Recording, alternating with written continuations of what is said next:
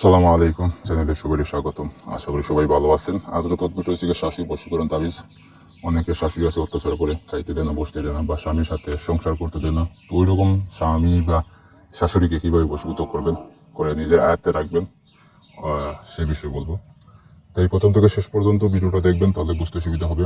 যার ওই রকম জল্লাদ শাশুড়ি আছে তার জন্য এই কাজটা বা এই ভিডিওটা সহজ একটা মাধ্যমে আপনি এই কাজটি করে নিতে পারবেন। তাই প্রথম থেকে শেষ পর্যন্ত দেখেন, তাহলে বুঝতে সুবিধা হবে।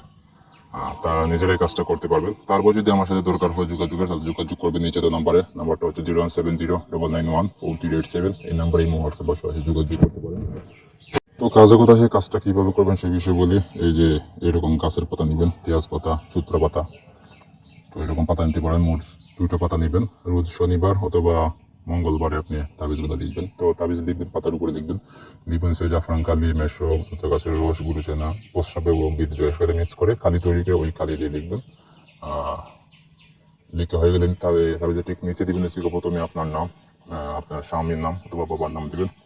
তারপর দিবেন হচ্ছে শাশুড়ির নাম, শাশুড়ির বাবা অথবা তার স্বামীর নাম দিবেন, মানে শ্বশুরের নাম দিবেন, দিয়ে আপনারা লিখবেন। আর লিখে হয়ে গেলে আপনি করবেন কি, এটাতে আপনার সামান্য বীর্য দিবেন। দেওয়ার পর ওই তাবিজ একটা পানিতে ভিজাইবেন 3 দিন একসাথে ভিজাইবেন। ভিজানোর পর ওই যে পানিটা যেটা ভিজাইবেন, সেই পানিটা আপনার শাশুড়ির খাওয়াইবেন, যে কোনো মাধ্যমে খাওয়াইবেন। তার শরীরে গোসল করাইবেন, গোসলের পানির সাথে মিক্স করে দিবেন যাতে সে গোসল করতে পারে। তারপর আপনি তাবিজটা আপনি এই পুকুর বা নদীতে ফেলে দিবেন। আর একটা তাবিজ হচ্ছে আপনি তার বেডের নিচে রেখে দিবেন।